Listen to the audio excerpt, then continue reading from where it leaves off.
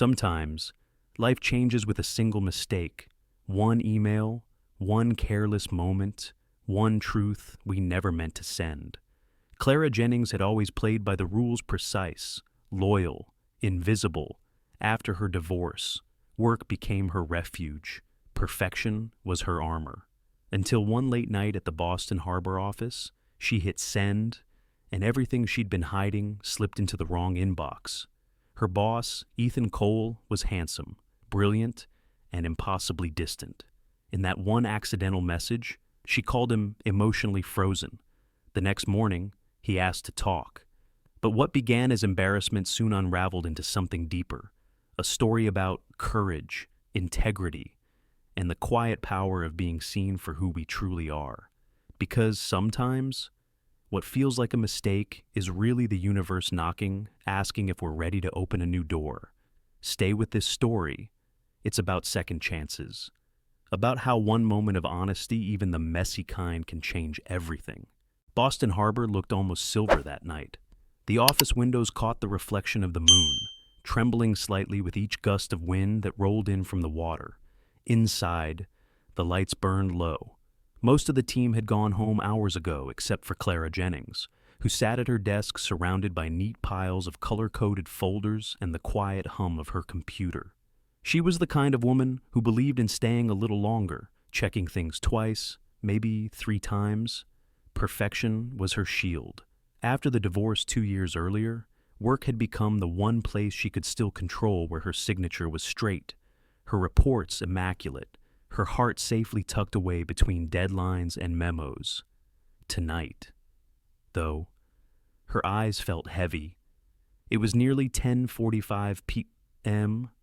The office smelled faintly of coffee gone cold and paper warmed by the copier. A small frame photo of her golden retriever, Daisy, sat beside her keyboard, the only one who waited for her now. She opened her email, yawning, her fingers moving on instinct. A new message blinked from her friend Maggie. "Still working that boss of yours must be something." Clara smiled, rolling her eyes. She typed back quickly, her tone light, teasing the way women sometimes do when they need to make laughter out of exhaustion. "He's handsome, yes, but emotionally frozen. A beautiful glacier in a suit." She chuckled, hit send, and leaned back in her chair. The clock ticked. The harbor lights shimmered, a rare moment of levity in an otherwise colorless week. Then, as her email outbox flashed, Clara froze. Her eyes darted to the to line. Ethan Cole, her boss, not Maggie. Her heartbeat slammed against her ribs, a hollow, thudding sound that seemed to echo off the glass walls. For a moment, she couldn't breathe. She clicked undo send. Nothing. Too late. The email was gone, drifting across cyberspace straight into the inbox of the man who signed her paychecks, the man she had just called handsome and emotionally frozen. "Oh no. No. No," she whispered, fumbling at her mouse. "Please tell me there's a recall option." Her fingers trembled as she searched. There was, but it required that he hadn't opened the message. Of course he hasn't opened it, she told herself. It's almost 11. He has a life, a wife. Then she remembered he didn't. His wife had passed away. He worked late too. Her stomach twisted. The cursor spun for a few endless seconds. Then the screen flashed. Message recall failed. Clara sat perfectly still. The hum of the computer sounded suddenly too loud. Somewhere below, a ferry horn moaned across the harbor. The sound felt like a lament for her career, slow, mournful, inevitable. She buried her face in her hands and groaned. "I just called my boss handsome. Handsome and emotionally frozen. Why couldn't I just say thank you for the budget file like a normal person?" The humor of it hit her in a sharp, panicked burst, that absurd edge between laughter and despair. She imagined Ethan's expression as he read it, the cool, unreadable look he wore in meetings, that small tilt of his head when something didn't align. Would he be angry, embarrassed? Would he think she was flirting, mocking? "Oh God, I'm going to have to move to another state," she muttered, Maybe Alaska. They have glaciers there. Fitting. She tried to craft a follow-up email, an apology that sounded professional, but not desperate. Dear Mr. Cole, please disregard, delete. Hi, Ethan. That last email was sent in error. Delete. Nothing felt right. Every draft made her sound guiltier, or worse, awkwardly sincere. In the quiet, her thoughts began to spiral. Maybe he wouldn't check his messages until morning. Maybe she could arrive early, intercept him, explain in person. Yes, that sounded better. Face to face. Adults could handle accidents. Except, Ethan Cole wasn't exactly known for warmth. He was fair, yes, but distant. A man carved out of precision and grief. There was something about him, not coldness, exactly, but a kind of careful distance, like a soldier guarding the last piece of himself that still felt.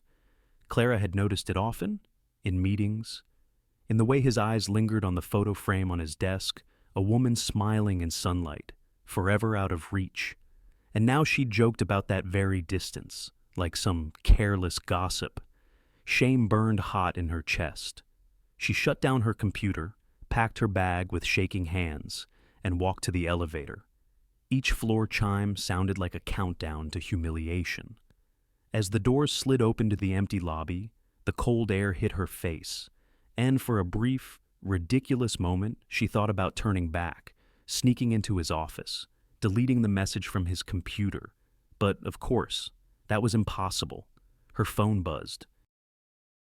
A new email. She didn't want to look, but she did. From Ethan Cole. Subject no subject. The message was one line long. We'll talk tomorrow. Nothing else. No punctuation. No smiley face. No tone to decode. Just 5 words perfectly measured, like everything he ever said. Her knees went weak.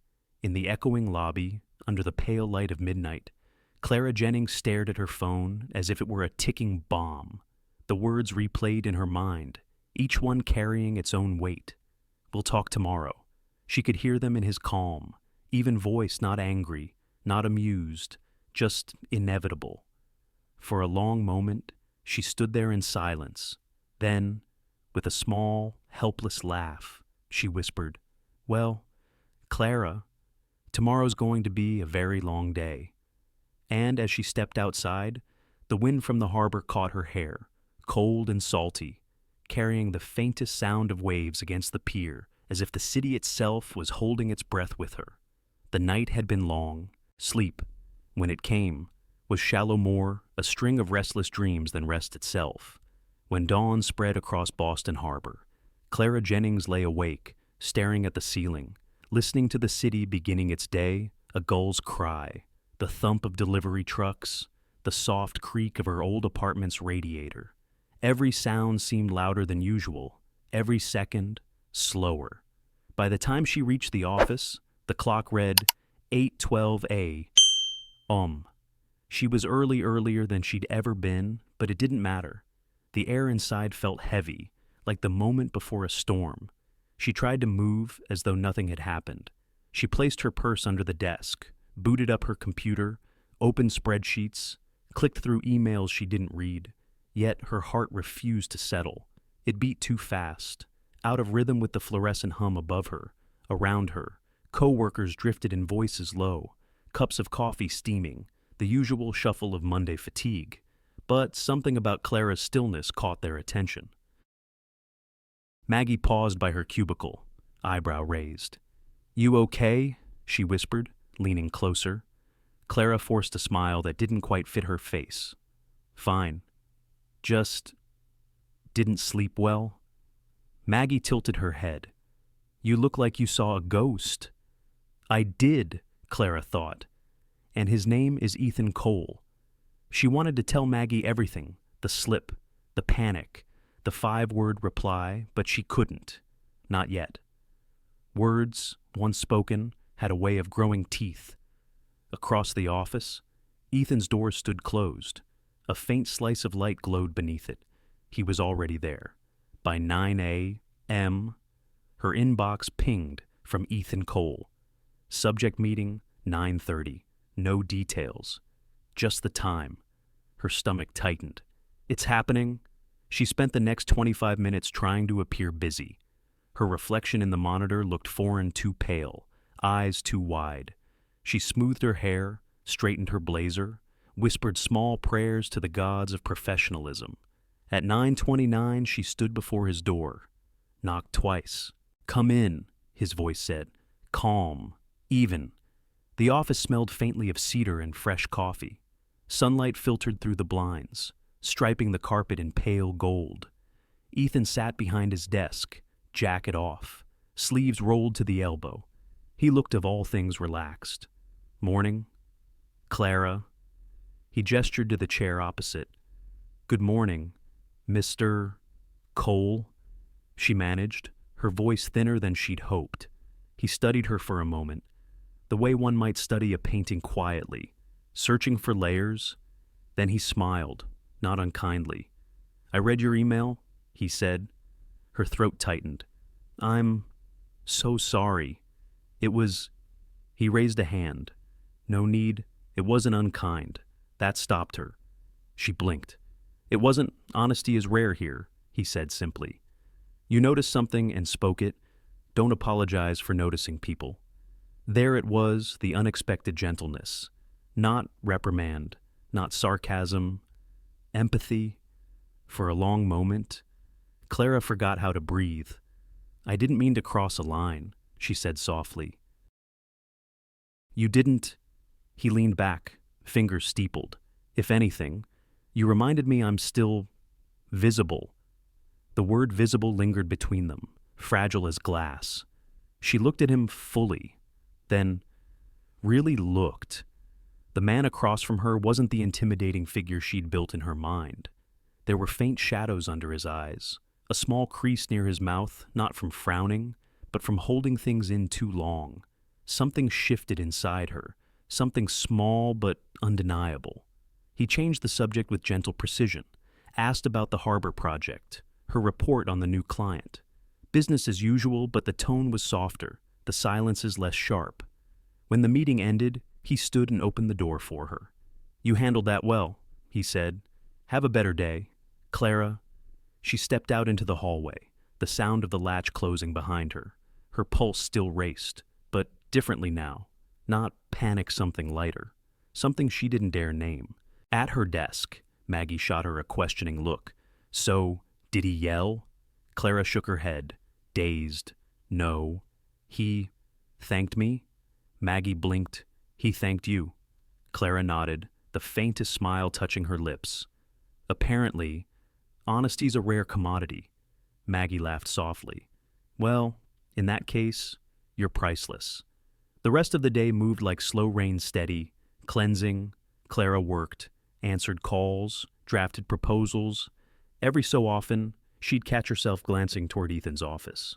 Once, their eyes met through the glass. He gave a brief nod, not a smile, but enough.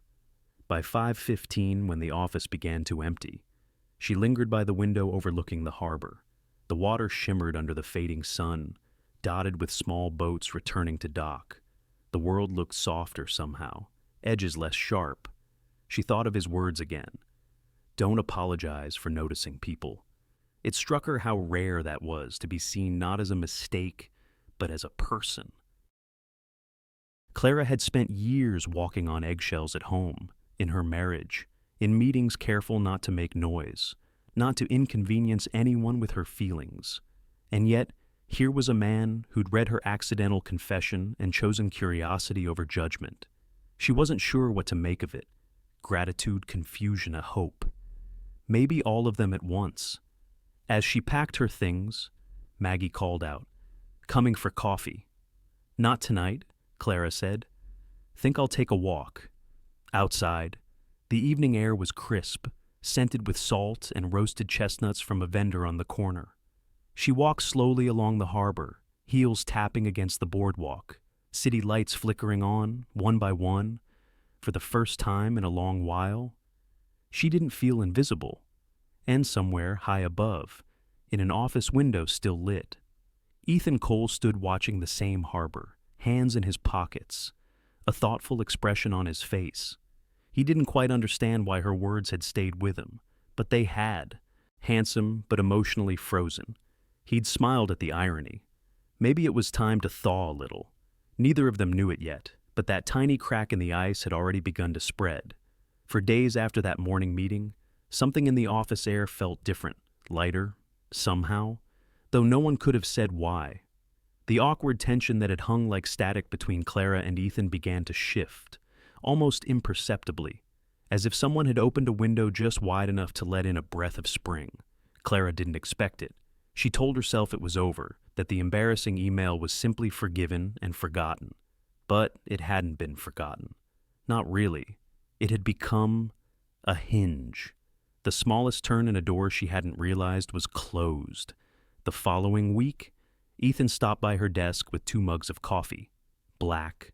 No sugar, right, he asked, setting one beside her keyboard. She blinked up at him. You remembered. He shrugged lightly, eyes flicking to the screen she was working on. I try to pay attention. The words were simple, almost casual, yet they carried a weight that lingered after he walked away. She stared at the mug for a long moment before taking a sip. It was strong. A little bitter, exactly how she liked it. Over the next few days, small changes began to appear.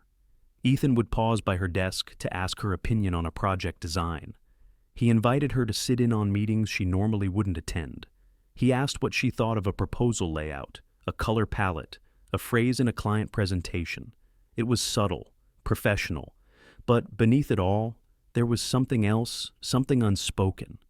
Respect. And in the quiet corners of that respect, a flicker of warmth. One gray Tuesday, while waiting for the printer to spit out its 100th page, Clara caught a glimpse into Ethan's office. He was standing by his bookshelf, holding a framed photograph, a woman with soft eyes and a wild laugh, caught mid-motion in sunlight. The photo looked worn, edges slightly faded, as if it had been handled many times. When he noticed Clara's reflection in the glass wall, he didn't hide the photo. He simply set it back on the shelf and met her gaze with a small, almost apologetic smile. Their eyes held for just a heartbeat enough for her to sense the quiet sadness behind his calm. That night, she couldn't stop thinking about it. People assume men like Ethan were immune to loneliness, too successful, too self-contained. But loneliness doesn't care about resumes. It creeps into every quiet evening, every unfinished sentence, every photograph left untouched too long. She knew that silence. She'd lived it. By Friday, their unspoken rhythm had settled into something almost comfortable. When Ethan passed her in the hallway, he'd offer a nod, not formal, not casual, but something in between. During coffee breaks, they sometimes ended up at the counter at the same time. At first, their conversations were small weather, deadlines, the new intern who kept using Comic Sans and reports. But as the days stretched on, those moments grew longer, warmer. Once, he asked her opinion about a new client strategy. She gave an honest, practical answer, expecting him to defend his own view. Instead, he smiled slightly. You're right, he said. I've been overcomplicating it. Clara laughed softly. I'll frame that. My boss said I was right. Don't tell anyone, he replied, with that same quiet humor that made his eyes soften at the corners. For the first time in months, she felt something she hadn't dared to feel in this building ease. But with that ease came a strange kind of fear, because warmth, for all its comfort, also meant risk. Late one afternoon, while typing a report, Clara caught herself smiling at something Ethan had said earlier and immediately scolded herself for it. Don't do that. Don't read into things. Yet. As she stared at the blinking cursor on the screen, her mind whispered the question she didn't want to ask. Why does kindness feel dangerous? She'd built her life around caution, careful words, careful steps. Her divorce had taught her that love, or even admiration, could turn from comfort to chaos overnight. Kindness, she'd learned, could be a prelude to pain. And yet, there it was, that quiet gravity between them, growing inch by inch. One morning, a thin layer of frost covered the office windows. The city was still half asleep, and the harbor was wrapped in mist. Ethan arrived early, carrying a stack of files.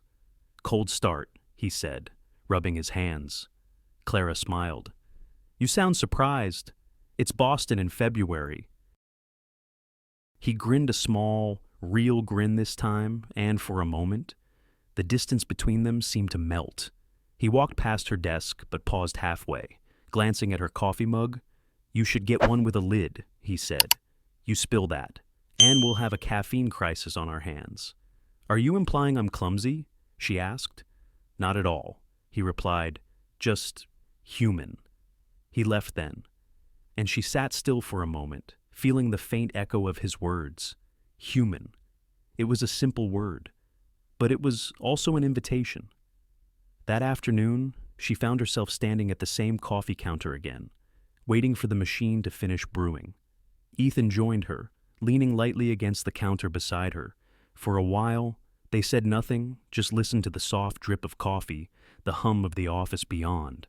Then, quietly, he said, "You ever think about how strange it is that we spend most of our lives next to people we barely know?" Clara turned toward him. "All the time." He nodded, thoughtful. "Sometimes, I think the hardest part isn't being alone. It's realizing how long you've been surrounded and still felt that way." Something inside her ached. "Yeah," she said softly. "I know that feeling." Their eyes met, not searching, not questioning, just acknowledging. Two people who had been standing in the cold for a long time, realizing maybe, just maybe, it was safe to step closer to the fire. That night, as Clara walked home along the harbor, the city lights shimmered like small, steady flames. The wind carried a chill, but she didn't pull her coat tighter. She felt lighter, not warm yet, but warming. The ice hadn't melted all at once, but it had begun to crack. It happened so gradually that Clara almost didn't notice the change at first. One week, she and Ethan were just colleagues who happened to share coffee breaks and quiet conversations. The next, people had begun to notice. Not loudly, not in ways you could point to, but through those small, lingering looks that travel from desk to desk like invisible smoke. At first, it was nothing more than a shift in the air, a pause in conversation when she walked into the break room, a subtle whisper that ended with a soft, too sweet smile. Boston offices, like all offices, had their own kind of weather, and gossip was the wind. Maggie was the first to mention it. One afternoon, while Clara was refilling the copier paper, Maggie leaned close and said quietly, "Word travels fast around here. Just be careful." Clara frowned, careful about what Maggie hesitated, her tone gentle but firm. "About how people see things. You and Mr. Cole people notice patterns. The late meetings, the coffee runs, the small talk." Clara blinked, surprised by the sting of it. "There's nothing to notice." "I know that," Maggie said. "You know that. But office walls remember everything, even things that never really happened." That line stayed with her long after Maggie walked away. Office walls remember everything. For the next few days, Clara found herself moving differently, quieter, more deliberate. When Ethan stopped by her desk to ask about a proposal, she straightened her posture, spoke in clipped, efficient tones. When they passed each other in the hallway, she nodded instead of smiling. It was ridiculous, she told herself. Professional boundaries were part of the job. She hadn't done anything wrong, but still, something about the way people watched made her skin prickle. Ethan, for his part, seemed unaware, or maybe he was simply choosing not to notice. He kept his professionalism intact, polite, calm, focused. He still asked for her input on creative projects, still valued her feedback during meetings. But he didn't linger. If the tension bothered him, he didn't show it, and that, somehow, made it worse. Because Clara couldn't tell if his composure came from confidence or caution. One gray Wednesday morning, she arrived early and found a note on her desk, a handwritten one, folded neatly. She opened it, heart thudding. "Good presentation yesterday. The client noticed your clarity, well done. It was kind, professional, encouraging. But when she looked up, she caught two co-workers exchanging glances from across the room. A tiny, knowing smile passed between them. And just like that, the warmth of the compliment dissolved into unease. By noon, the air around her felt different again, not unkind, just watchful. She told herself to ignore it, but whispers have a way of finding the cracks. In the elevator, she overheard two junior associates giggling about office romances. In the break room, someone joked about promotions and charm, nothing direct, nothing cruel, but enough to make her heart sink. That evening, as she packed her things, Maggie appeared again, voice low. "Clara, listen. I've worked here long enough to know how stories grow." Clara sighed. "Weary. It's nothing. Maggie, he's my boss. That's all." Maggie nodded slowly. "I believe you. But others? They believe what entertains them." She touched Clara's arm gently. "Protect what you've built. You've worked too hard to let talk decide your worth." Her words landed like a soft warning, not judgment, but care. Walking home that night, Clara watched her reflection in the darkened store windows. She barely recognized the woman staring back, cautious, tense, unsure. It wasn't the gossip itself that hurt. It was the idea that her honesty, the one thing Ethan had told her not to apologize for, could now be used against her. Had she been naive to trust the quiet connection growing between them? Maybe Maggie was right. Maybe warmth was dangerous after all. The next morning, she resolved to pull back. When Ethan stopped by her desk with a question about a client report, she answered quickly, avoiding his gaze. He noticed, of course. "Something wrong with the data?" he asked. "No," she said, forcing a smile. "Everything's fine."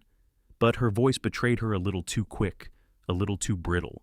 He studied her for a moment, then nodded. "All right, let me know if you need anything."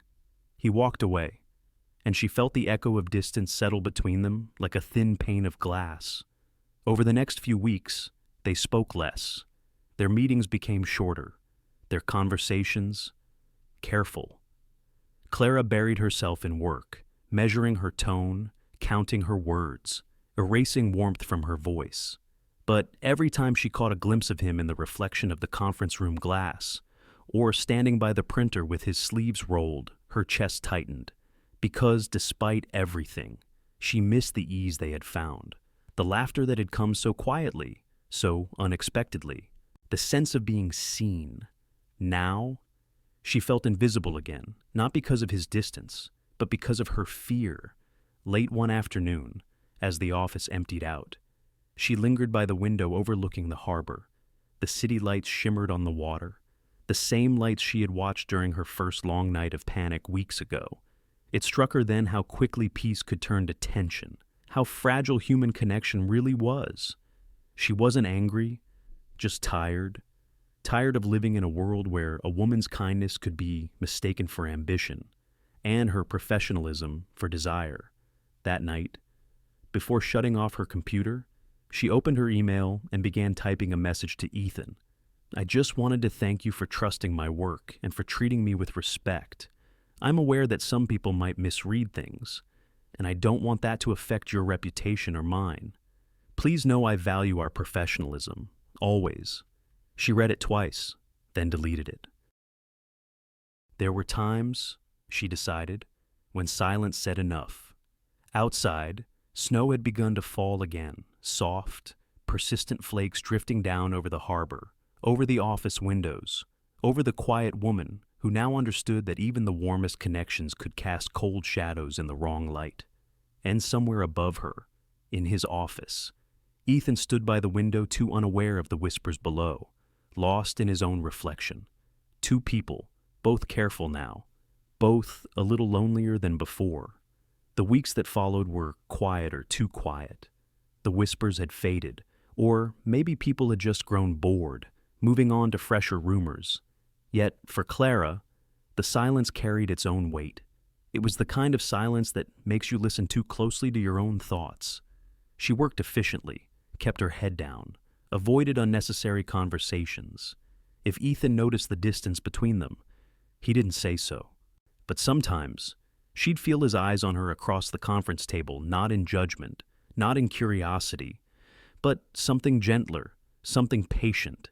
And then, one late Thursday afternoon, came the invitation that changed everything. He appeared by her desk, jacket draped over one arm, expression as unreadable as ever. "Clara," he said quietly, "do you have plans tomorrow evening?" Her first thought was, "This is a trap." She blinked. "Tomorrow I'm hosting a client dinner at Harborview. The presentation needs someone who knows the project inside out. You're the natural choice." "Oh." She tried to sound calm, professional. "Of course. I'd be happy to assist." He nodded once, then added, "It'll be a small group, formal but relaxed. You'll do fine." As he walked away, her pulse began to quicken. There was nothing unusual about a client dinner. It was part of the job. Still, something about the way he said "you'll do" fine lingered like warmth after sunlight. That night, at home, Clara stood before her open closet for far too long. The irony wasn't lost on her. She was 42 years old, a professional woman who had rebuilt her life from ashes, and yet, she was standing in front of her clothes like a nervous teenager before prom. Her fingers brushed past fabrics charcoal gray, navy blue, soft cream. Everything felt too much or not enough.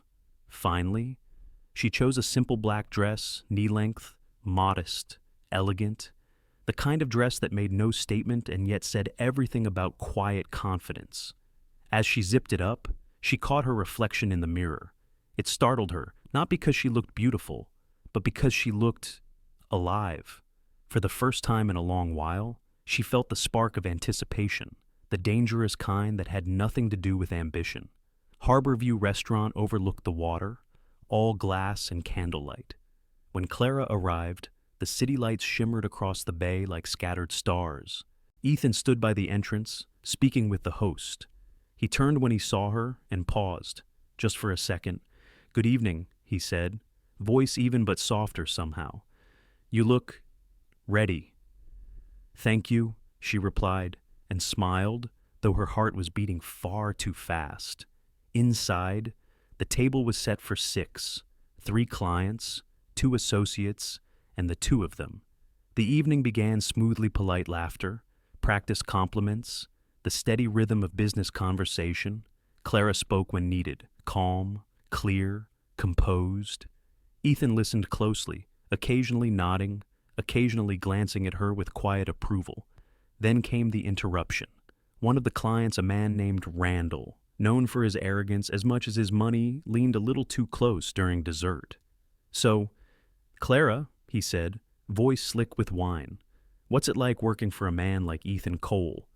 I imagine he keeps his team motivated." The table fell silent. Ethan's eyes lifted, calm but sharp. Clara straightened her posture, forcing a polite smile.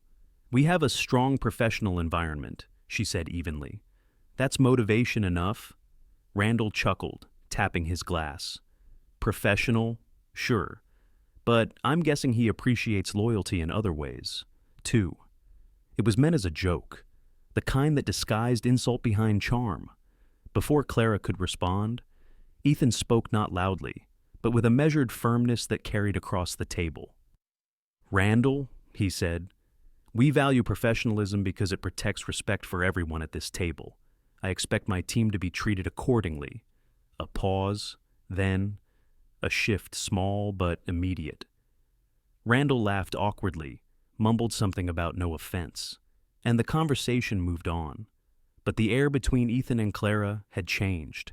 After the dinner, he offered to drive her home. She hesitated, then nodded. Outside, the night had turned cold, the harbor wind tugging gently at her hair. The car smelled faintly of leather and rain. For a while, neither of them spoke.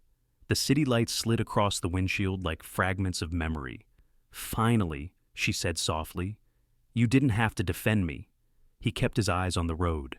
"Yes, I did." Silence again charged, unsteady. "People might think," she began. He glanced at her, a flicker of emotion passing through his expression. People will always think, let them. The words hung between them, warm and dangerous. She turned to look out the window, her reflection faint in the glass. It's just... She stopped herself. Never mind. He slowed the car as they approached her street. Say it, he said quietly. She shook her head. It's nothing, but it wasn't nothing.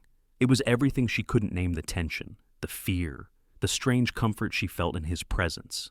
When the car stopped, she reached for the handle, then paused. Thank you, she said, for tonight. He looked at her then, really looked the kind of look that lingers, careful, restrained. You did well, he said softly. I'm proud of you, for a heartbeat. Neither of them moved. The city outside blurred into gold and shadow, and in that silence, that breath between goodbye and something more, the distance between them seemed to hum.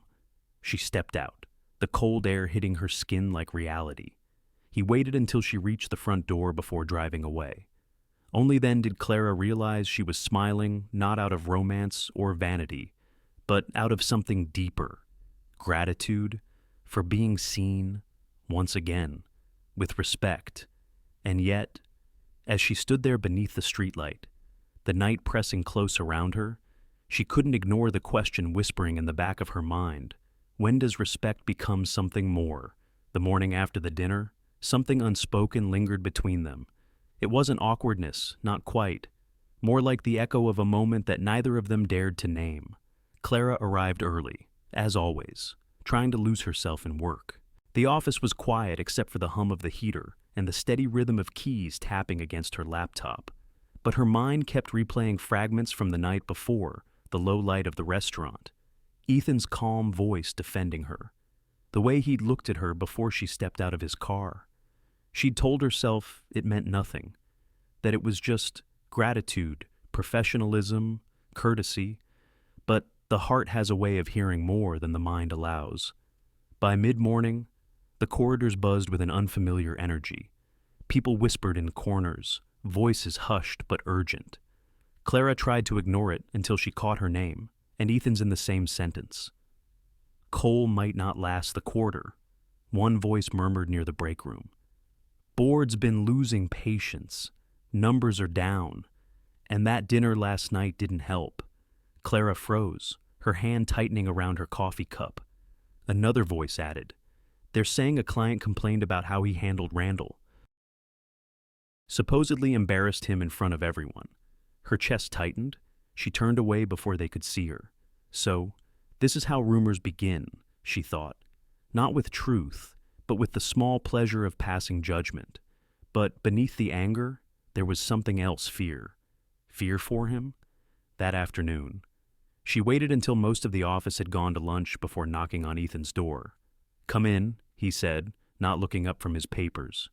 She stepped inside, hesitating just long enough for him to notice. His eyes lifted, immediately softening. Clara, he said. Everything all right? She took a breath. I heard something today. About the board, about you. He set his pen down, silent. I shouldn't repeat gossip, she went on, but they're saying your position might be at risk, that the client last night felt insulted. He finished for her. A wry smile flickered. Yes, I've heard. So it's true. He leaned back, exhaling slowly. Partly, Randall didn't like being challenged. He called one of the partners this morning, said I embarrassed him publicly. Clara frowned. You defended me. You were right to... That's not how the board will see it, he said quietly. They'll call it poor diplomacy. A silence stretched between them, long, heavy, filled with the sound of what neither wanted to say. Finally, she spoke. You shouldn't have to take the fall for doing the right thing. He looked at her for a long moment. It's not the first time, he said, and it won't be the last. Something in his tone, the quiet resignation, unsettled her. Ethan, she said softly, how long have you been carrying all this? He hesitated, his gaze drifting toward the framed photo on his desk, the same one she'd seen before. The woman in sunlight, smiling, alive. When my wife died, he began, his voice almost a whisper, I thought work would save me. It gave structure to the hours that used to belong to her. Meetings, reports, deadlines. It all looked like order. He paused, fingers tracing the edge of the photo frame. But it was just noise. He continued, a way to drown out the silence. And the thing about noise is, after a while, you forget what peace sounds like. Clara's throat tightened. I'm sorry, she murmured. He shook his head gently. Don't be. People mean well. But they stop asking after a while. Grief makes others uncomfortable. So, you learn to speak less. Feel less. Eventually, that becomes who you are, the man who doesn't feel. He glanced up at her then, eyes steady, unguarded. That's why your email made me pause, handsome but emotionally frozen. Clara flushed. I'm still mortified about that. You shouldn't be, he said. It was the first honest thing anyone had said to me in years. The words hung in the air like fragile glass. I didn't mean to pry, she whispered. You didn't, he said. You noticed, and that's different. For a moment, neither spoke. The office seemed smaller somehow, the light softer, the world outside suspended in quiet. Then, slowly, Ethan said, you remind me of someone I used to know, someone who still believed people could be good even after they had lost so much. Her breath caught. Your wife. He smiled faintly. No, you. Clara's heart stumbled. The air felt charged, the distance between them narrowing not by movement, but by truth. She stepped closer, instinctively. You can't say things like that, she said softly. Why not? Because people will misunderstand. Because I'll misunderstand. He looked down for a moment, then met her gaze again. Maybe that's the risk of honesty. Something in her wanted to run. Something else wanted to stay. She could see the exhaustion in him, the man who'd carried his grief like armor, now standing without it. And she realized, suddenly, how much courage it took to be vulnerable again. She swallowed hard. You're not a failure, Ethan? His eyes softened. Aren't I built a life around control, and somehow, all I ever managed was survival.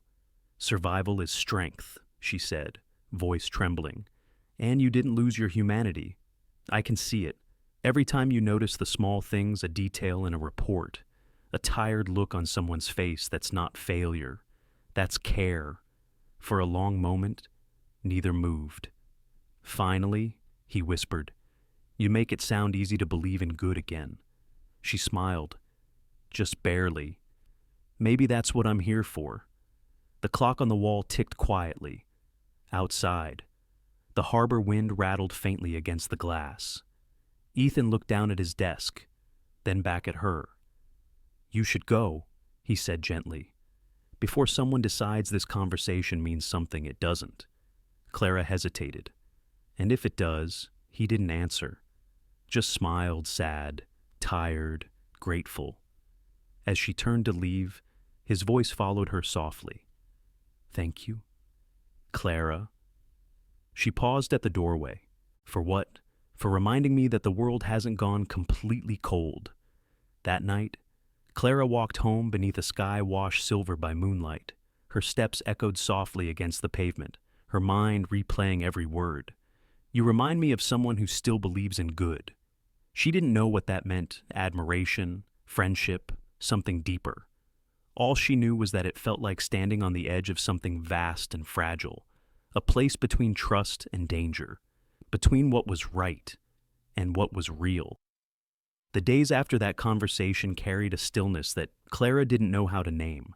It wasn't awkwardness, not anymore. It was something softer, almost sacred, the kind of quiet that follows truth once it's finally spoken.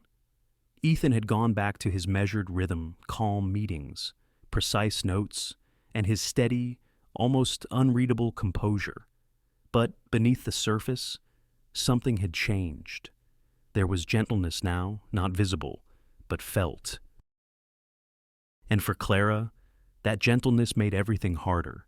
Because once you've seen the humanity in someone, it's impossible to unsee it. A week later, as the first hints of spring crept into the air, an email arrived that she didn't expect. From Dean Maxwell. Subject: opportunity to discuss future collaboration. Dean was the head of a rival agency, younger, bold, famously charming in the way men are when they know they're being watched. Clara had met him briefly at a networking event months ago. She'd thought little of it then. Now, his message was polite but direct. "We're expanding. I've followed your work. I'd like to discuss a senior position, creative management, not assistant level.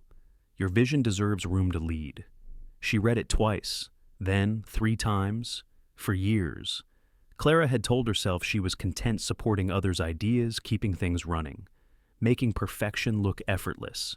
But now, here was someone offering her the one thing she had quietly stopped believing: she could have a future built around her own name. She didn't reply right away. Instead, she printed the email, folded it neatly, and tucked it into her notebook as if touching it made it less real. All day, she moved through her tasks like a ghost. Ethan noticed, of course. He always did. By late afternoon, he appeared at her desk. "Everything all right?" Clara hesitated, then handed him the printed email. "This came this morning." He read it once, his eyes scanning slowly, his expression impossible to read. When he finished, he looked up, not surprised, not angry, just quiet. "That's quite an opportunity." He said, "Yes," she replied, "it is." He leaned back slightly, crossing his arms. "You deserve it." The words were simple, but they hit harder than she expected. For a long moment, they said nothing. The hum of the office filled the silence between them, phones ringing, printers whirring, the steady pulse of an ordinary workday. Finally, Ethan spoke again. "You should consider it seriously. Clara, you've earned more than what we can give you here." She blinked. "You're telling me to leave. I'm telling you to grow," he said softly. "And growth sometimes asks us to let go of the places we've kept safe." The kindness in his voice made her chest ache. "But this place," she began. "This team. You—" He shook his head slightly. "Don't make me the reason you stay. That wouldn't be fair to either of us." Later that afternoon, Maggie stopped by, balancing her coffee and her intuition the way she always did. "You look like someone carrying a heavy secret," she said, settling into the chair across from Clara's desk. Clara sighed, sliding the printed email across the table. "Dean Maxwell wants me to join his firm." Maggie's eyebrows lifted. "Well, that's not small news." "I don't know what to do," Clara admitted. "It's a great offer, more pay, better title, but leaving means—" "Leaving him," Maggie finished gently. Clara didn't answer, but the silence said enough. Maggie leaned forward, her voice softer. "Clara, sometimes leaving is the bravest way to stay true to yourself, especially when staying feels safe, but small." Her words landed like a quiet bell, clear, painful, true. That evening, Clara walked home through the fading light. The city was just beginning to bloom again, the scent of wet earth, the sound of thawed rainwater trickling into the gutters. She thought about how much had changed since the night she'd sent that email by mistake, how a single slip had cracked open a life she thought was finished growing. And now, life was asking her to choose. Over the next few days, she tried to make peace with the decision. She listed pros and cons, as if logic could tame emotion. New challenge, more responsibility, a clean slate. But every time she imagined walking away, something tugged at her, not romance, not fantasy, but a sense of unfinished purpose. She thought of Ethan's voice when he had said, "You've earned more than what we can give you." And she realized that was his way of caring, not by holding on, but by stepping aside. Still, it hurt. Friday morning. She arrived early. The office was still dark, the harbor outside catching the first light of dawn. She stood by the window, coffee in hand, watching the reflection of her own face blur against the glass. The door behind her opened softly. Ethan's voice followed, low and familiar. Couldn't sleep either. She smiled faintly. Something like that? He walked to stand beside her. For a long moment, they just looked out at the harbor, the same view that had witnessed every stage of their strange, unfolding story. Finally, she said, "I haven't made a decision yet." "I know," he said, "and I'm not here to influence it." "But you already have," she murmured. He looked at her then, really looked with that calm, steady gaze that always seemed to find the truth before she spoke it. "Whatever you choose," he said softly, "make sure it's not out of fear. Fear of failure, fear of gossip, fear of what leaving might mean. Make it because you're ready to be more than what this place lets you be." His words settled deep inside her, like a promise she hadn't realized she needed. That night, she finally replied to Dean's email. "Dear Dean, thank you for the offer. I'd be happy to discuss the opportunity in person. Could we meet next week?" Her hand hovered before she hit send. Then, click. The message left her screen. It wasn't a resignation, not yet, but it was a step towards something unknown. And as she leaned back in her chair, exhaling slowly, she thought of Ethan's advice and Maggie's too. Maybe bravery didn't always look like fighting to stay. Sometimes, it looked like trusting yourself enough to walk away. By the end of the following week, the decision had been made. Clara Jennings handed in her resignation on a gray Tuesday morning, the kind where the sky looked like brushed steel and the harbor air carried the faint scent of rain. She'd written the letter the night before, simple, respectful, without flourish. No one knew how long she sat at her desk afterward, staring at her name at the bottom of the page. When she finally slid the envelope across Ethan's desk, he didn't speak for a long time. He just looked at it and then at her. "So, it's official," he said quietly. She nodded. "Dean's team offered me a start date in 2 weeks. He leaned back, exhaling slowly. "They're lucky." And that was all. No persuasion, no protest. Just quiet acceptance which somehow hurt more than anything else he could have said. The news spread fast. By Thursday afternoon, Maggie had organized what she called a proper farewell, a small dinner at a waterfront restaurant called the Blue Lantern, where the view was good, the food decent, and the company familiar enough to make goodbyes bearable. Clara didn't want to fuss, but Maggie insisted. "You've earned it," she said. "Besides, we all need closure, including him." That last part made Clara blush. "Maggie?" "I'm not saying anything," Maggie replied with a knowing smile, "but you might want to wear something that reminds people why they'll miss you." Friday evening arrived soft and cold. The harbor shimmered under street lamps, and the restaurant windows glowed with golden light. Clara arrived early black coat, a pale scarf around her neck, her heart beating somewhere between sadness and disbelief. The tables were already set with white linens and flickering candles that bent in the breeze from the open window. Ethan arrived a few minutes later, in a charcoal suit, no tie. His eyes met hers across the room, and for a moment, everything else blurred the chatter, the clinking glasses, the city hum beyond the windows. He smiled, a quiet, careful smile, and the evening began. The dinner was warm, in the way endings often are, laughter that hides a little ache, stories told to keep emotion at bay. Co-workers toasted to Clara's impossible attention to detail, and Maggie made everyone laugh by mimicking her habit of color-coding spreadsheets. Clara smiled through it all, even as her chest tightened. When the laughter faded, Ethan rose from his seat. The room grew still. He didn't raise his glass. He didn't need to. "Most of you know Clara better than I do," he began, voice low, steady. "But I think it's fair to say this office won't feel the same without her." He paused, letting the silence settle. "When I first met Clara, I thought she was efficient, precise, the kind of person who never lets anything slip. And I was right, but I was wrong about what that meant." He looked at her then, eyes steady, kind. She didn't just bring order to this place. She brought humanity back into it. In a world that measures everything in results and numbers, she reminded us what it means to care. She made this place human again.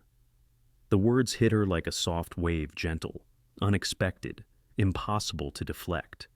Applause broke out around the table. Clara smiled, blinking back tears. She managed to whisper, "Thank you," though she wasn't sure if he heard it. Later, when the others began to leave hugs, laughter, last photos, Clara lingered by the window. The city lights shimmered on the water like 1,000 tiny farewells. Ethan joined her quietly. He stood beside her, hands in his pockets, gaze fixed on the harbor. "Beautiful night," he said. "It is," she replied. "Cold, though." He offered a faint smile. "Boston never lets you leave without reminding you who's in charge." They both laughed softly, the sound thin but sincere. Then the laughter faded, leaving only the quiet hum of traffic and the whisper of waves against the pier. "I'll miss this view," Clara said finally. He turned slightly toward her. "You'll find another one. Better. Maybe." She shook her head. "It's not just the view. Ethan." A long pause. The kind that stretches until words mean less than silence. Then, softly, he said, "I'll miss the sound of your calm when everything's falling apart." The confession landed gently, but it felt like something breaking not loudly, just inevitably. Clara looked up at him, eyes wide, for a heartbeat.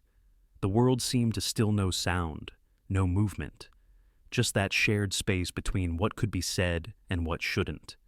Their eyes met, and in that quiet, the air between them seemed to hum with all the words left unsaid, all the almosts, the maybes, the if-onlys. For a moment, he leaned just slightly closer, not enough to cross the line, but enough for her to feel the warmth of his breath, the nearness of something that would never quite happen. Then a car passed by, headlights sweeping across the glass, washing them both in pale light. The spell broke. Ethan stepped back first, his voice steady again. "You should get home. It's late." She nodded, her throat too tight for words. "Thank you for everything." He smiled faintly. "Take care of yourself." Clara. Outside, the air was sharp with salt and wind. Clara pulled her coat tighter, walking slowly toward the harbor edge. Behind her, she heard the faint sound of the restaurant door closing final, inevitable. She stopped by the railing. The city spread before her in lights and reflections. There are moments, she thought, that don't need to turn into stories. They just need to be felt. And tonight was one of them. When she finally walked away, her footsteps echoed softly on the wooden pier. Somewhere behind her, Ethan remained by the window, watching her silhouette fade into the night, his breath fogging the glass, his heart heavier than he would ever admit. Neither of them said goodbye, because some goodbyes are quieter than words felt in the stillness that lingers long after the night ends. The Monday after the goodbye dinner arrived like a tide she couldn't hold back. There was no ceremony, no second thoughts, just a new building, a new badge, and a new name on the glass door, Maxwell and Associates. The office sat high above downtown Boston, all sharp lines and silver fixtures, a world of polished ambition, the kind of place where coffee came from chrome machines, and the silence was worth more than conversation. Clara Jennings stepped into her new role as if she were stepping onto a stage smile, measured, stride steady, heart uncertain. She told herself this was progress, and in many ways, it was. Her new title read Creative Director, her salary, generous, her office, private, on paper. Everything looked exactly as it should, but paper, she was learning, never told the whole story. Dean Maxwell was charming in the way success often makes people. He praised her insight, admired her organization, introduced her to clients as our newest strategic mind.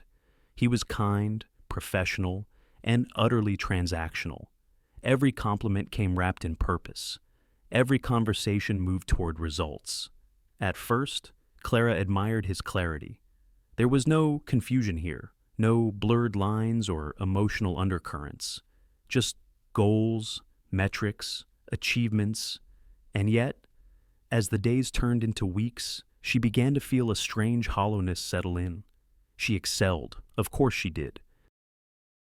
Her presentations were flawless, her clients impressed, her inbox full of thank you notes and approval messages, but when she left the office each evening, walking down those glass corridors that smelled faintly of disinfectant and expensive perfume, she realized how quiet she'd become. Not peaceful, just quiet.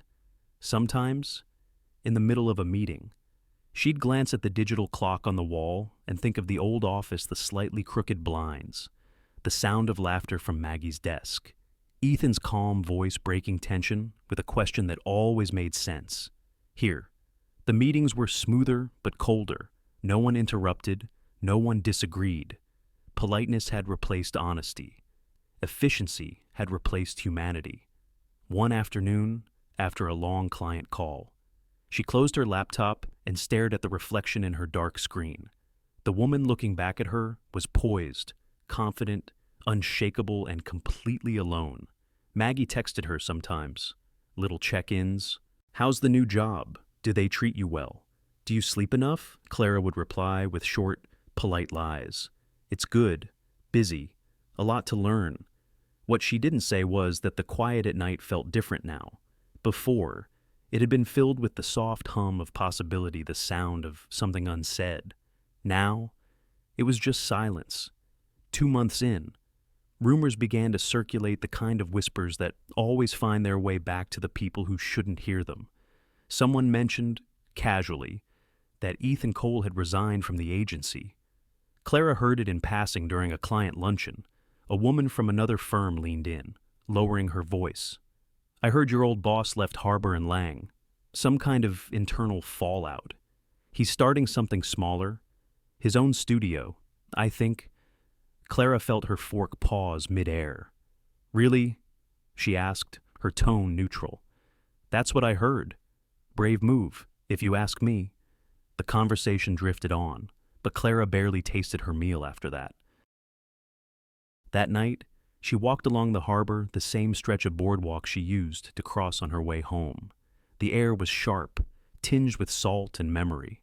Boston's skyline shimmered in the water, a reflection both familiar and distant. She stopped near the railing, watching the ferries move like slow lights across the bay. Ethan leaving his agency shouldn't have mattered. He wasn't hers to worry about. And yet, the thought lingered like a question she couldn't quite answer. Was he leaving because of her, or simply because it was time for him, too, to find peace somewhere new in the weeks that followed? She found herself moving through her days with the quiet precision of someone who knew how to perform contentment. She laughed in meetings. She smiled in photographs. She said all the right things. But at night, when the city dimmed and the noise of the day faded, she would sit by her apartment window, cup of tea in hand, and let the truth settle in the room like dust. Freedom, she thought, was supposed to feel lighter than this. Instead, it felt like standing on a bridge between two worlds, the one she'd outgrown and the one that hadn't yet learned her name. On a late Friday evening, she stayed after hours to finish a campaign proposal. The rest of the office was dark except for the glow of her computer screen. Somewhere outside, the city hummed its low, endless song. She leaned back in her chair, eyes heavy, and whispered to herself, You wanted this, Clara. You chose this. And she'd chosen progress, independence, the clean break. But maybe she thought a break can be too clean, so smooth it leaves nothing behind to hold on to. The next morning, she visited a small cafe near the waterfront, one she and Maggie used to frequent. The waitress remembered her order without asking. As she waited for her coffee, her phone buzzed. A message from Maggie. He left for good, starting something new. I think he'll be all right. Clara stared at the words, her thumb hovering above the screen. After a long pause, she typed back, Tell him I hope he finds what he's looking for. Then she deleted it before sending, because some messages, she realized, are meant only to be written, not delivered. She sipped her coffee, watching the morning light spill across the harbor. The world kept turning, unaware of what she'd left behind. And though the water shimmered the same way it always had, She knew the reflection was different now, not because the city had changed, but because she had freedom. She thought again. Wasn't weightless. It was heavy with everything you had to let go of to earn it. The first sign was small, a subject line that tried too hard to sound calm. Minor security update, no action needed. Clara almost ignored it. It was late, she was tired, and the office had the Friday night hush lights dimmed, doors locked, ambition still humming like an appliance you forgot to unplug. She clicked anyway. Her eyes skimmed the memo. System maintenance, temporary latency, routine patch, nothing to see. Except there was always something to see, if you'd learned to notice. A second email arrived within minutes. Different sender, vague, the kind of message people write when their hands are shaking. Urgent. Did anyone else lose client files locked out of analytics error 403? Clara frowned. She tried the analytics portal. The screen blinked, then flashed a warning she'd never seen. Access limited contact admin. Her pulse ticked faster. Click, refresh, nothing. She stood, crossed the hall, and found two junior analysts whispering near the printer. Their faces were tight, their voices low. "Don't say it out loud," one murmured. "They'll trace the chat." Trace what Clara asked, keeping her tone even. They startled, then looked relieved. "There's been a breach," the taller one said. "Internal. Data pulled from a sandbox server, not client-facing yet. IT says it's contained. Contained. That was a comfort word. A word people use to tuck panic under the rug. Clara thanked them, walked back to her office, and dialed Dean. He picked up on the first ring. "I'm on it." "What's it?" she asked. A pause, a blip, internal permissions. "We'll clean it up before morning." "Dean," she said softly, "a blip doesn't lock out directors." Silence. Then his voice softened, careful, persuasive. "Give me an hour." An hour later, the building felt like an empty hotel. Elevators sighed. The city flickered below like a restless thought. Clara brewed a fresh cup of coffee black. 2 fingers from the rim and opened a folder she rarely touched audit trails. She didn't break rules. She followed them so closely they fit like a second skin. But rules, she'd learned, are not the same as integrity. And when the air smells like smoke, you don't wait for someone to say the word fire. The logs told a crooked story. Unusual pings from a test environment. Permissions toggled at odd hours. A backdoor account with a name that wasn't a name, just 6 digits and a dash. She scrolled, stopped, scrolled again. A pattern emerged like footprints trying to look like wind. Someone had been moving client segmentation files, not out, but through copying them into model refinement folders, then pushing recommendations that masqueraded as insights, not predictions, not trends, manipulations. She opened a report she'd presented last week. There, in small print, was a metric she hadn't approved: behavioral confidence index. It wasn't standard, it wasn't real, it was a dressed-up nudge, a strategy to push clients toward bigger ad buys by inflating the appearance of certainty. Her mouth went dry. She read the footnote again.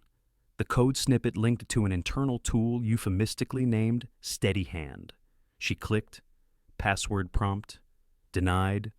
Try again. She exhaled slowly, then typed a string that had worked once on a locked deck, Dean's habit of capitalizing months, adding numbers like milestones. Steady Hand March 21 access granted. The dashboard bloomed clean fonts, cool colors, the quiet menace of a well-designed lie. Client names scrolled past. So did the confidence boosts, timed to coincide with upsell calls. A blue bar rose like a tide conversion likelihood, bulwarked to 18%. A green check flashed proceed with premium tier recommendations. Clara's hands trembled. This wasn't proactive marketing. This was leverage disguised as insight tilting the table, selling assurance as though it were science. She screenshotted everything, saved to an encrypted drive, printed a hard copy because paper does not crash. Her phone vibrated. Dean again. "Let's talk," he said. Conference room B. He was waiting when she walked in. Tie off, sleeves rolled, Smile that said, "We're friends? Remember, closed loop," he began, not a breach. "A permission shuffle. Steady hand," she replied. The smile didn't flicker, but his eyes did one beat too slow. "We enhance recommendations," he said. "Every agency does it. Clients want clarity. We give them confidence." Clara placed the printouts on the table between them. Confidence or coercion? He breathed out through his nose. "Let's not use words that play badly in depositions." There it was, the truth wearing a good suit. "Dean," she said quietly, "this crosses a line." He leaned in. "Clara, listen to me. We're in a tight market. Everyone is sharpening their tools. We just sharpen sooner. No one's harmed. Clients are thrilled. You're succeeding here because we make big choices. This is one of them." She kept her voice steady. "Do the partners know? They know enough," he said, "and they know what they don't want to know. That's leadership." Her heartbeat picked up steady, hard, insistent. Thud, pause, thud. "Turn it off," she said. "Tell the clients. Offer credits. We can repair this if we start now." He stared at her, as if recalibrating the woman he'd hired. Then he shook his head, kind but final. "No." One syllable. A door closing. He sat back, voice lowering. "I didn't bring you here to look backward. I brought you here to win. You're good. Clara better than good. Don't let old loyalties and abstract ethics stall your ascent." "Abstract," she echoed. "Do you see harm?" he asked. "Real harm. Anyone poorer. Anyone misled beyond what marketing already does. We're storytellers. We tilt. We polish. We move the needle. That's the job." She thought of Ethan's voice. "Make sure it's not out of fear." She thought of Maggie's. "Sometimes leaving is the bravest way to stay true to yourself." She thought of her own. Freedom was supposed to feel lighter. It didn't.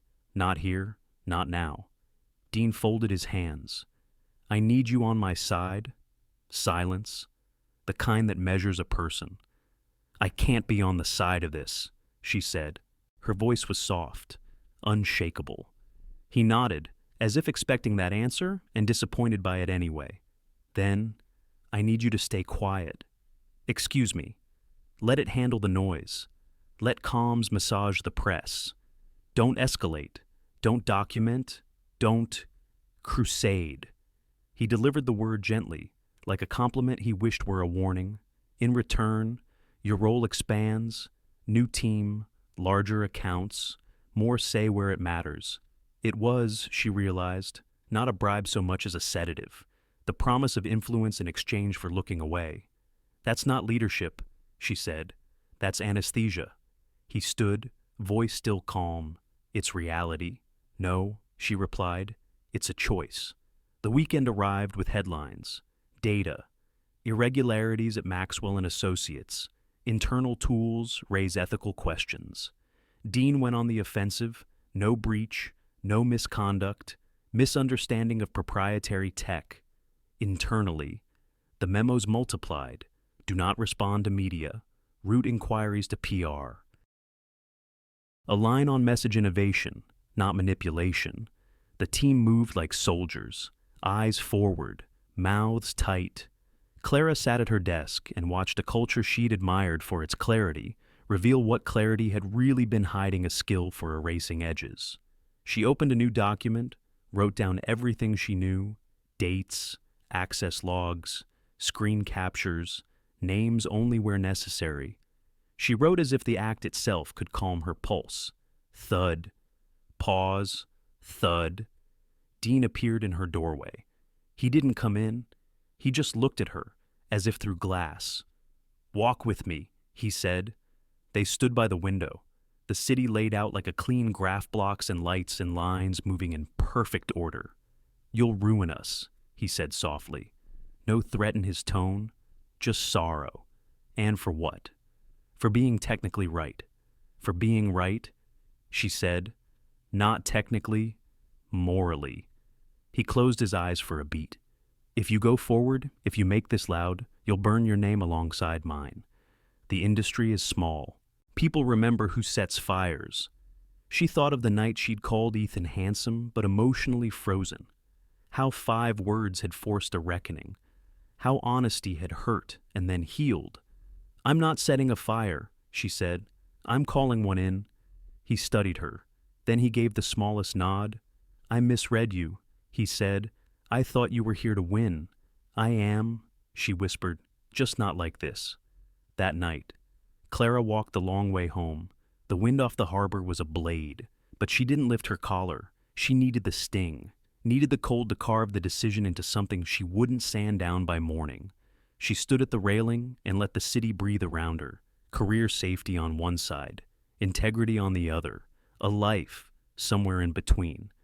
Her phone buzzed Maggie's name. She didn't answer, not yet. Instead, she opened her notes app and drafted a message she knew might change the shape of her days.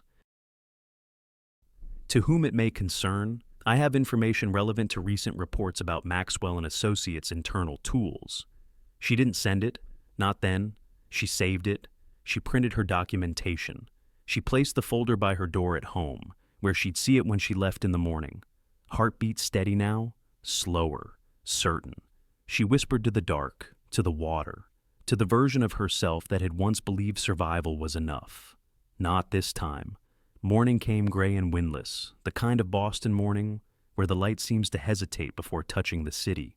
Clara stood by her apartment window, the folder still waiting by the door. She hadn't slept. The night had stretched long and restless, filled with the low hum of decision.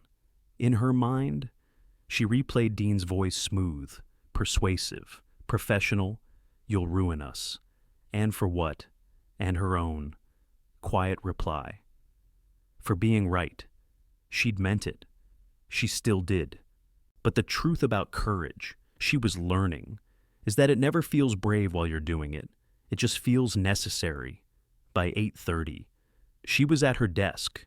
Her coworkers greeted her with the kind of forced normalcy that comes when everyone knows something, but no one names it. The headlines were everywhere now, small at first, then growing louder. Maxwell and Associates under fire for data practices. Anonymous source confirms client manipulation. Dean had called an emergency meeting for 10 a.m. He stood at the head of the glass conference room, like a man performing calm in front of a storm. "Team," he began, voice steady. "We will handle this internally. No comment to the press, no speculation. We cooperate, and we survive." His gaze found Clara briefly, then moved on, deliberate, warning, cold. She took a slow breath. Cooperate and survive. The words sat like stones in her stomach. At 10:30, she opened her laptop and drafted a statement. It wasn't long. It wasn't emotional. It was just truth, written in the clear, concise tone she'd perfected over years of speaking carefully. To the clients and partners of Maxwell and Associates, recent reports regarding data manipulation are accurate. I can confirm the use of internal tools that misrepresented predictive analytics to influence client spending. While these practices were not publicly disclosed, they were known to leadership. I have resigned, effective immediately. Transparency is not just a business value, it's a human one. Clara Jennings. She read it 3 times. Her hands trembled as she clicked send to the press, to the board, to herself. The fallout was immediate. Phones rang, screens lit, words spread. Dean stormed into her office 15 minutes later, his calm stripped away. "You went public." She stood. "I told the truth." "You just ended your career," he snapped. "Do you understand that I understand exactly what I did?" He stared at her, anger, disbelief, and maybe a trace of regret flickering beneath.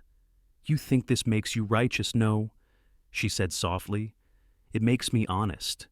He took a step closer, voice dropping. "You could have stayed. You could have fixed it quietly." She met his eyes.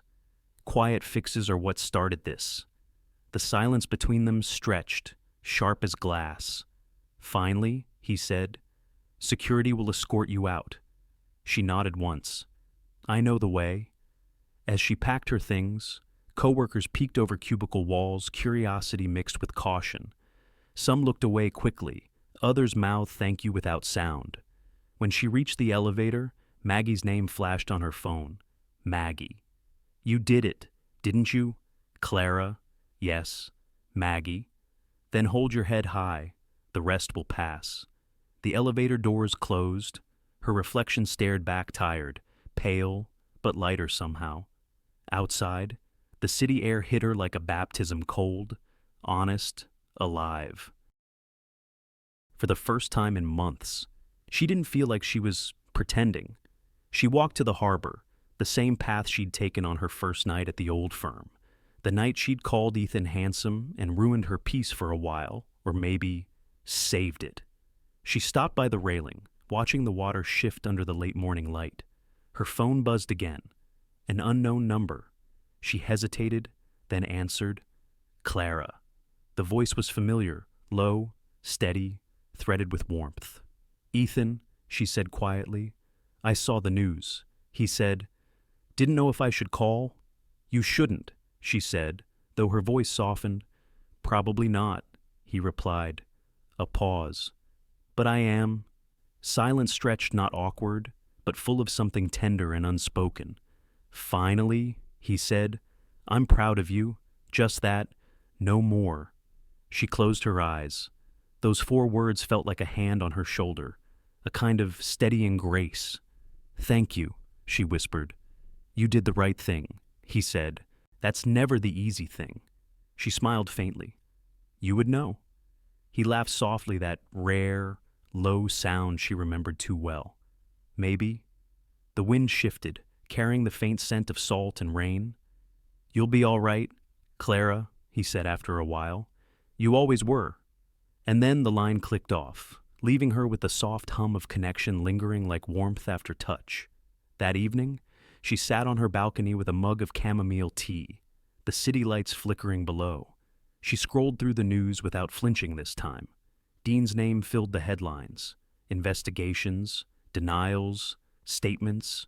Her own name appeared too smaller, almost footnote-sized, but enough. Former director speaks out. Whistleblower praised for integrity. She didn't feel heroic, just still. The noise would fade, she knew. People would move on to the next scandal, the next story. But something inside her had shifted a kind of alignment between what she believed and what she lived. It felt like coming home to herself. Later that night, she wrote a single sentence in her journal, not as a confession, but as a reminder, peace isn't given. It's earned one honest choice at a time. Then she turned off the lamp, the city breathing quietly outside her window. For the first time in months, sleep came easily. 2 weeks after everything broke, the city began to feel different. Boston had a way of healing in small, invisible ways, the harbor softening under the morning light, the rhythm of people returning to their routines, the comforting anonymity of motion. For Clara, the noise had finally quieted. The press had moved on. Dean's empire was unraveling in predictable headlines, investigations pending, sources confirming, no comment from leadership. She had no office now, no business card, no team. Yet, oddly enough, she didn't feel lost, only unanchored, freedom again, but this time without the weight of guilt. Each morning she rose early, brewed a single cup of coffee, and worked from her dining table, consulting for small clients who valued integrity more than spectacle. The income was modest, but the work was honest. Still, some days, the quiet pressed in too hard. There were moments she caught herself missing the low hum of an office, the steady rhythm of purpose shared. It wasn't the job she missed, it was belonging. One afternoon, as she sorted invoices, her phone buzzed. The number was unfamiliar. She almost ignored it, then saw the message preview. Ethan Cole here. I have a question and maybe an idea. Her heart gave a small, involuntary jolt.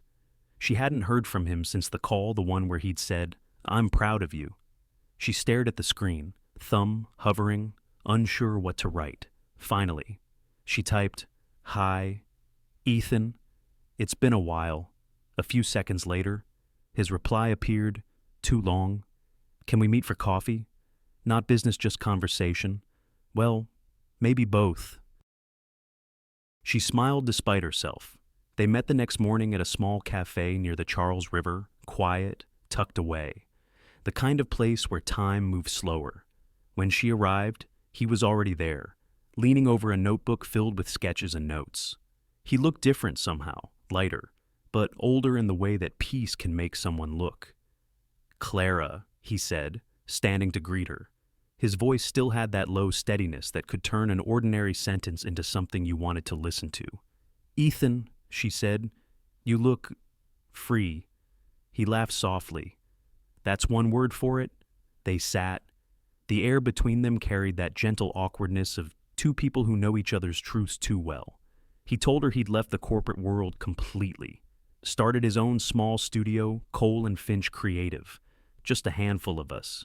He said, no investors, no boards, no pretense. He flipped the notebook toward her, a few logo drafts, a list of potential clients, a simple mission statement scrawled across the top, create with conscience, lead with light. "I remember you said once," he continued, "that kindness can be dangerous. I think you were right, but I also think the alternative building without kindness is worse." Clara traced a finger along the page, reading each line. The simplicity of it touched something inside her. "It's beautiful," she said softly, "and terrifying." He smiled. "Everything worth doing is both." Then he leaned back. "I need someone to help shape this. Someone who understands both heart and structure. Someone who won't let me drift into old habits." She looked up, startled. "Ethan, I'm not offering you a job," he interrupted gently. "I'm offering partnership, equal voice, shared vision. You've earned that." For a long moment, she said nothing. The last time someone had offered her a title, it came wrapped in manipulation. Now, it came wrapped in trust. She didn't know which scared her more. "Why me?" she asked finally. He didn't hesitate. "Because you tell the truth, even when it costs you. I need that kind of honesty next to me." His gaze was steady, but his tone was soft, not the voice of a man asking for loyalty, but for alignment. Clara looked down at her coffee, the steam curling like thought.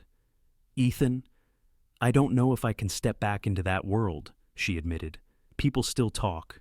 They always do." "Let them," he said. "We'll give them something better to talk about." She smiled, shaking her head. "You make it sound so easy." "It isn't," he said. "But that's why it's worth it." For a moment, silence settled warm, patient.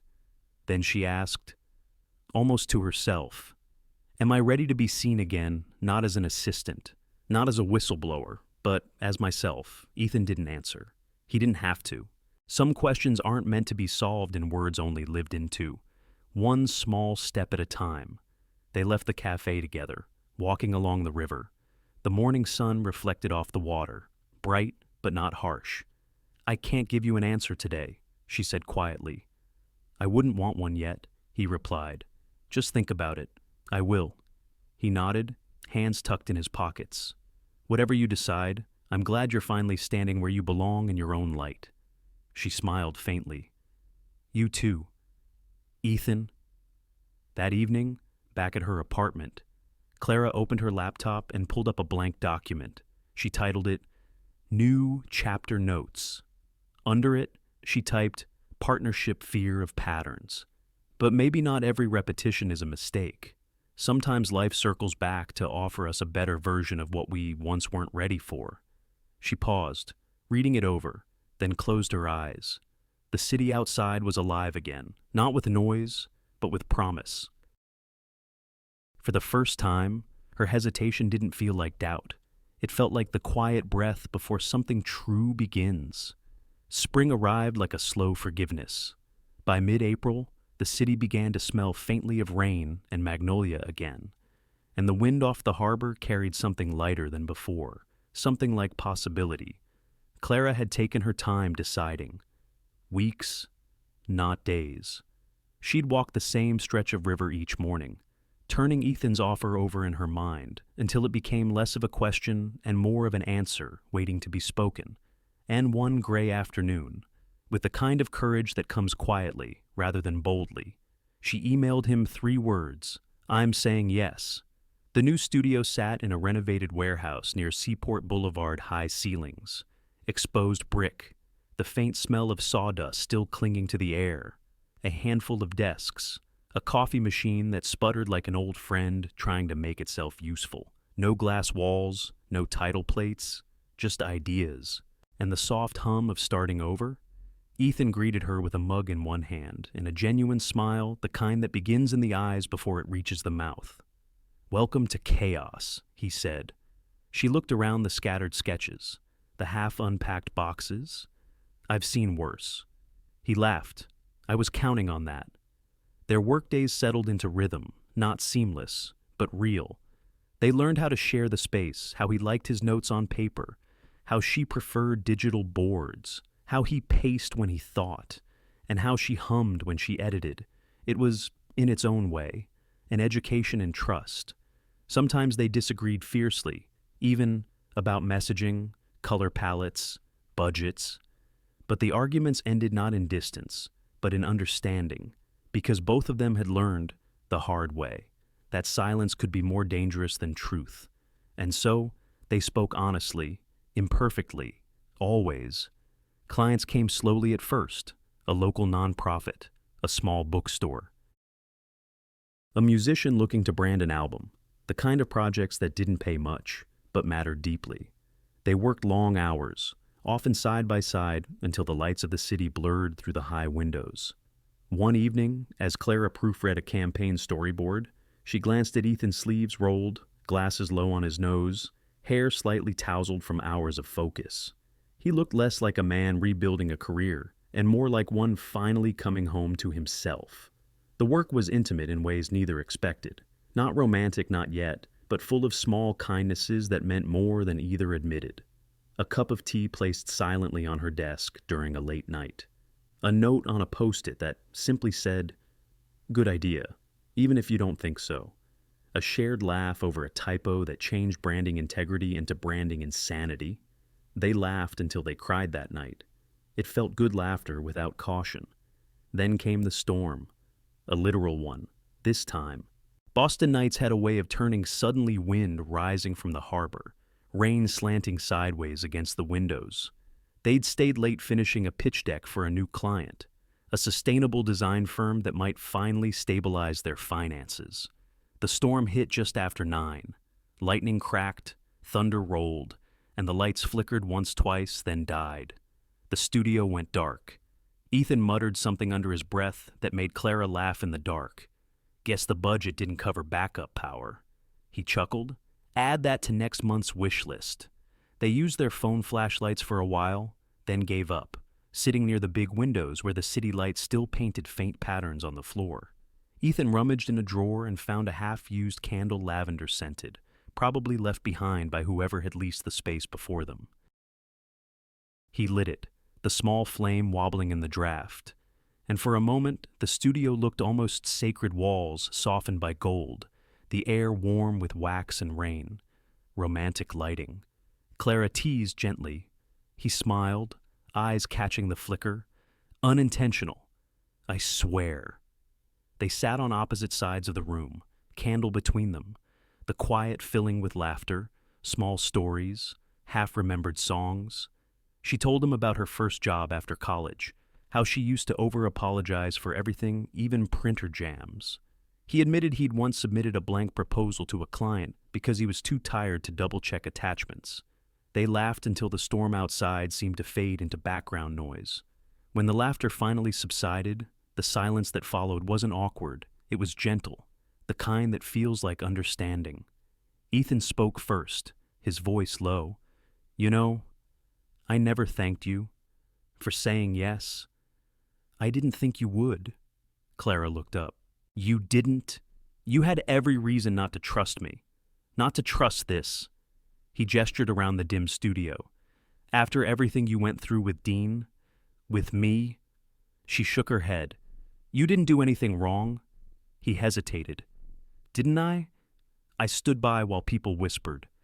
I didn't protect you from that." You defended me when it mattered, she said softly.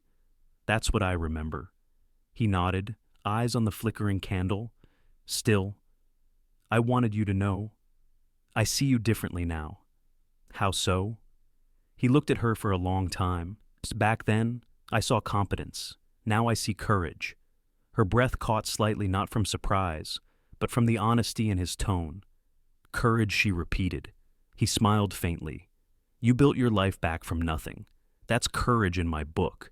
She felt warmth rise to her face, the kind that wasn't embarrassment, but something closer to gratitude. Thank you, she said quietly. He leaned back against the wall. I think you saved this place, he said. Maybe even me. She laughed softly. Don't make me responsible for your redemption. Ethan Cole, he grinned. Fair enough. I'll share the credit. The candle flickered lower. The storm softened into rain. And for a moment, neither of them spoke. It wasn't the kind of silence that needed filling. It was the kind that said everything already had been. When the lights finally blinked back on, they both blinked too, as if waking from a dream, they weren't quite ready to leave. Back to reality, Clara said, standing. Unfortunately, he replied, but his smile lingered, as did hers. That night, as she walked home through puddled streets, Clara realized something simple but profound. Rebuilding didn't mean recreating the past. It meant creating something better from what had survived it. And maybe this was how healing really looked. Two people who had learned the hard way that integrity and kindness could live in the same room, even by candlelight. The night after the blackout felt like a small blessing. Work had glowed, laughter had returned, and for a few precious hours the world seemed simple again. But morning has a way of testing softness. It began with a buzz, then another, then a flood. Clara's phone vibrated across her kitchen table, skittering against the wood like a startled insect. Notifications stacked one over another until the screen looked feverish. She opened the first message. A link. Is this you? Maggie wrote. The article lived on a mid-tier business blog that loved controversy more than accuracy inside the new power duo. Ethan Cole rebrands with former whistleblower. Ethics her weapon, her breath caught. The headline pulsed. The photo, a grainy shot of her and Ethan leaving the studio at dusk, looked more intimate than it was. She scrolled. The piece quoted an unnamed former colleague, implying their partnership had been quietly set up for months. That Clara's testimony against Dean had been strategic positioning. That she'd jumped ship to help Cole capitalize. None of it was true. All of it sounded plausible to people who craved a cleaner story than the messy reality of integrity. Her phone rang again. An unfamiliar number. She didn't pick up. Another call, then another. Across town. Ethan stared at the same article on his laptop, jaw tight. A second tab already open, a terse email from one of his small angel investors. This isn't the narrative we agreed to. Risk profile is changing. Need assurances by end of day. Consider suspending Ms. Jennings' role until this blows over. He closed his eyes, exhaled. The peace of the candlelit studio felt far away now. By 9 o'clock, the studio hummed with the wrong kind of energy. The air felt thin, as if the building itself had started breathing faster. Clara arrived with a calm face she'd sewn on in the elevator. Ethan looked up from his desk for a heartbeat. Relief softened his features. Hey, he said. I saw. Me too, she answered, placing her bag down. Who leaked it? He shook his head. No names yet, but the voice. It reads like someone from your Maxwell days. She nodded once. The acknowledgement stung more than accusation. He gestured to his screen. Investors are nervous. Of course they are, she said quietly. Bad faith travels faster than truth. He hesitated, then chose the kindest version of a hard sentence. They want clarity, a statement, boundaries, maybe a pause on your public-facing role until we stabilize. Silence cracked between them. A long, clean break. A pause, she repeated, as if testing something sour on her tongue. It's not what I want, he said. But they're spooked. I'm trying to keep the doors open. She met his eyes. You mean keep my name off the door? His shoulders dropped. Clara, I told the truth, she said softly, the words steady as a metronome. And now the world thinks truth is a strategy. Do we really answer that by hiding me? It isn't hiding, he said. Too quickly. It's optics. She finished, a sad smile cutting across the word. I know the term. He rubbed a hand over his face. This is a storm. I'm asking you to help me sail through it. And I'm asking you, she replied, to remember why we built this boat. The door swung open. Jamie, their operations lead, hovered on the threshold, voice tight. 2 clients called. One wants reassurance. The other asked to postpone the pitch. Thank you, Ethan said, smoothing his tone. Tell them we'll follow up personally. Jamie looked between them, then retreated, quietly closing the door. Investors are threatening a pullout, Ethan admitted. If we lose them now, we may not make payroll in 6 weeks. Clara swallowed. She knew those numbers. She also knew how quickly fear turns into policy. We can tell the truth, she said. We explain the timeline. We show the documentation of when we decided to work together. We lead with ethics, again, because that's what we are. And if that isn't enough, he asked, if they still demand distance, she held his gaze. Then we choose what matters more. His eyes flickered hurt, calculation, love of mission, love of survival, all the human math that makes good people hesitate. Something in her softened. She stepped closer, voice gentler. Ethan, I don't need protection. I need partnership. A beat. Then another. That's what I'm trying to give, he said, and protect this at the same time. By sidelining me, by weathering the weak. She shook her head, a small, incredulous laugh escaping. The week becomes a month. The month becomes policy. I've lived this timeline. He took a breath, and when he spoke, the words came out sharper than he intended. You didn't build this place from the ground like I did. The sentence hung there, raw. They both recognized it, the kind of line you want, back the second it leaves your mouth. Clara's face went very still. She nodded once, slowly. There it is. I didn't mean you meant enough. I'm drowning here, he said, hands open in surrender. I'm choosing language badly, but I'm trying to keep us alive. And I'm trying to keep us honest, she answered. Those 2 things shouldn't be mutually exclusive. He paced, the way he does when his thoughts outrun his mouth. We can create a short-term arrangement. Internally, nothing changes. Externally, we reposition. We pretend, she said. We make my work invisible to soothe people who never cared to see me clearly in the first place. He stopped pacing. It's not about you. A quiet flashed through the room, like heat lightning. Everything about this is about me, she replied, voice steady, and you know it.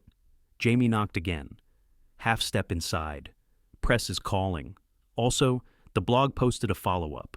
The source says the 2 of you were involved while at Harbor and Lang. Clara exhaled through her nose, a breath that sounded almost like a laugh. Efficient? They don't even need facts now. Ethan's jaw tightened. Tell PR no comment. We'll issue a statement this afternoon. Jamie nodded, eyes apologetic, and left. Clara looked at Ethan. Say what you need to say, then I won't stop you. What I need is a plan that keeps the studio afloat. And what I need, she said, is to not vanish to make other people comfortable. He reached for her arm not to restrain, just to hold the moment in place. Don't go. A beat. 2. She eased back. Out of reach. I'm not leaving you, she said. I'm leaving this conversation before we say something that breaks what we've built. Too late, he whispered.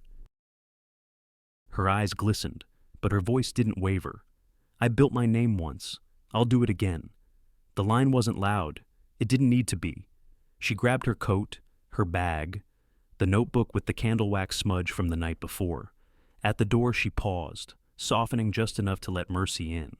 I believed you when you said we could lead with light, she said. Find me when you remember how. She stepped into the hallway. The latch clicked, small and final. Outside, the wind off the harbor hooked into her scarf and tugged like a child begging for attention. The sky had that metallic sheen Boston wears before a downpour. She walked fast, not to escape him, but to outrun the trembling in her hands. Her phone buzzed again. Maggie, come by the cafe. I can be a witness, or a wall, or both. Clara smiled despite the ache. Both. She typed. She turned toward the waterfront, heels tapping a steady tempo that sounded like resolve. Somewhere behind her, an alarm in the building chirped 3 times a false trigger, maybe, or just the city chiming in. At a crosswalk, she waited, eyes on the red hand, breath visible in the cold. The light changed. Cars swept by. Headlights washed over her that familiar, cinematic interruption, and then the street was open. She crossed. Back at the studio, Ethan stood alone, palms pressed to the edge of his desk. The room felt bigger without her in it, and emptier in the way a church feels after everyone has gone home. He read the investor email again, opened a blank reply, typed, deleted, typed again. Finally, he wrote, "We won't be minimizing Clara's role. If that alters your appetite for risk, I understand. We'll find another way." He hit send before he could talk himself out of it. The storm outside gathered its breath. Inside, something steadier took its place.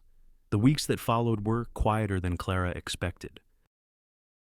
No dramatic calls, no closure meeting, no grand apologies, just silence and the slow rhythm of life finding its own balance again. Ethan didn't reach out, neither did she. What was there to say that hadn't already been said, or shouted, or left trembling in the air between them? And yet, despite the ache of absence, the world didn't stop turning. By summer, the city had traded its gray for gold. The harbor glittered in the July sun, and tourists drifted along the boardwalk like pieces of a brighter story. Clara worked from her apartment now, a quiet and sunlit space filled with plants, books, and a large wooden desk she'd refinished herself. Her clients were smaller but steadier nonprofits, artists, small local shops trying to tell honest stories. The kind of work that didn't make headlines but made sense to her heart. There was a freedom to it, a stillness she hadn't known she needed. No investors, no boardrooms, no one asking her to shrink to fit the moment. She'd grown used to doing everything alone, from strategy meetings over Zoom to late-night revisions lit only by the soft glow of her lamp. It was exhausting, yes, but also deeply satisfying. She could feel herself changing not into someone new, but into someone more solid. The kind of woman who no longer apologized for her own weight in a room. The kind who knew that being seen didn't require being explained. Sometimes, she still thought of Ethan, though, less as the man who'd hurt her, and more as the man who had taught her something essential, that even people with the best intentions can lose their way, and that sometimes, walking away isn't failure, it's faith in what you still believe to be true. By September, her name had started circulating again, this time for the right reasons. A feature in a small design journal titled "The Quiet Strength of Integrity." The article praised her unflinching moral compass and the emotional intelligence behind her work. She didn't frame it, didn't post about it, just smiled, closed the magazine, and went back to editing a client brief. Recognition wasn't the goal anymore. Peace was. Then one afternoon, a letter arrived. A real one envelope, stamp, handwritten address. No one wrote letters anymore. The return address made her heart pause mid-beat. E. Cole Seaport District. She sat at her desk for a long time before opening it. The faint hum of the city below her window, the only sound in the room. Inside was a single page, written in the familiar precision of Ethan's hand, Clara. The studio weathered the storm. We lost 2 investors, gained 3 clients, and somehow found our way forward. But something's missing, and I've learned enough to stop pretending I don't know what it is. I used to think leadership was control holding things steady, never showing weakness. You taught me that courage looks nothing like that. Courage, I've learned, is doing the right thing even when it costs you what you wanted most. You taught me what courage looks like. Thank you for showing me. E. She read it twice, then a third time. By the end, her eyes blurred, and she had to set it down. The ache she'd carried for months, the one that had sharpened into anger, then softened into distance, began to change shape.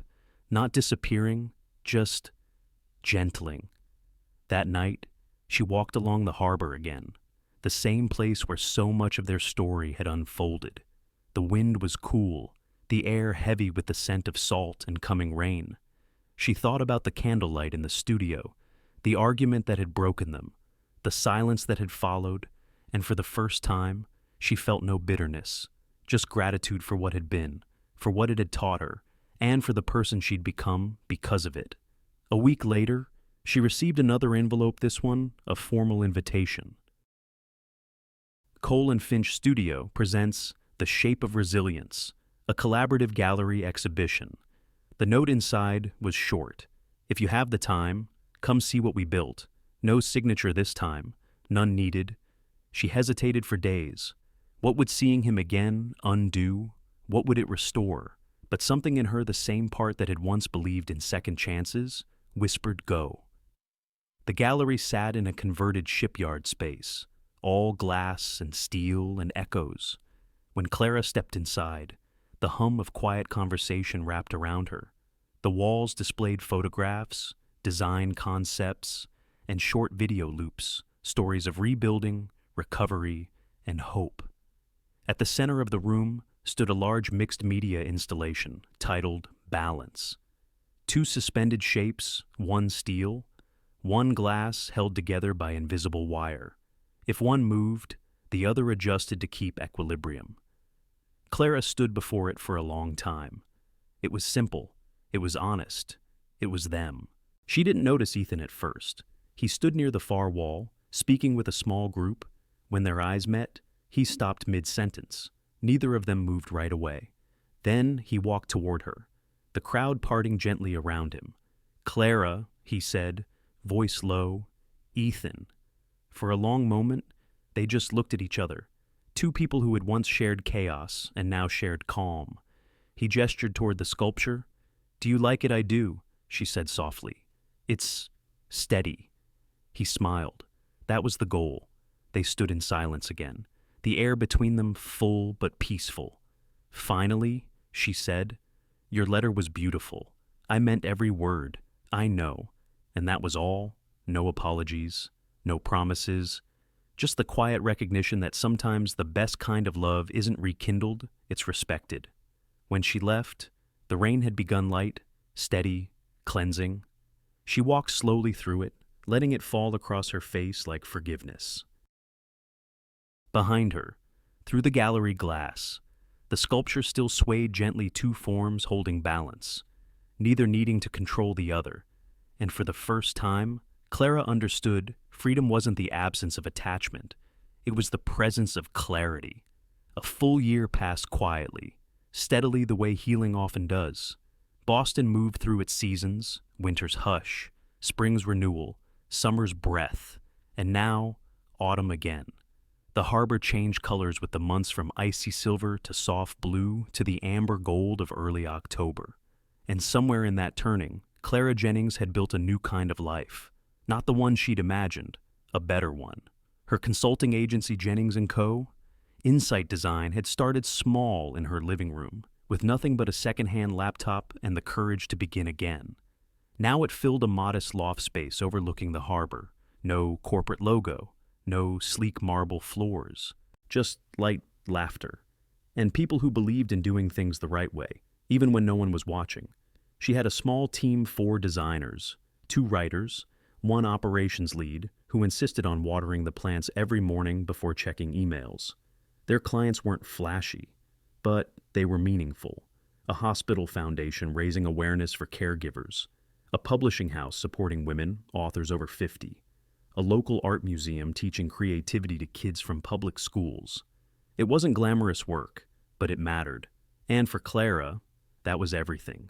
Sometimes, when she arrived early and the office was still quiet, she'd stand by the window with her coffee, watching sunlight spill across the water.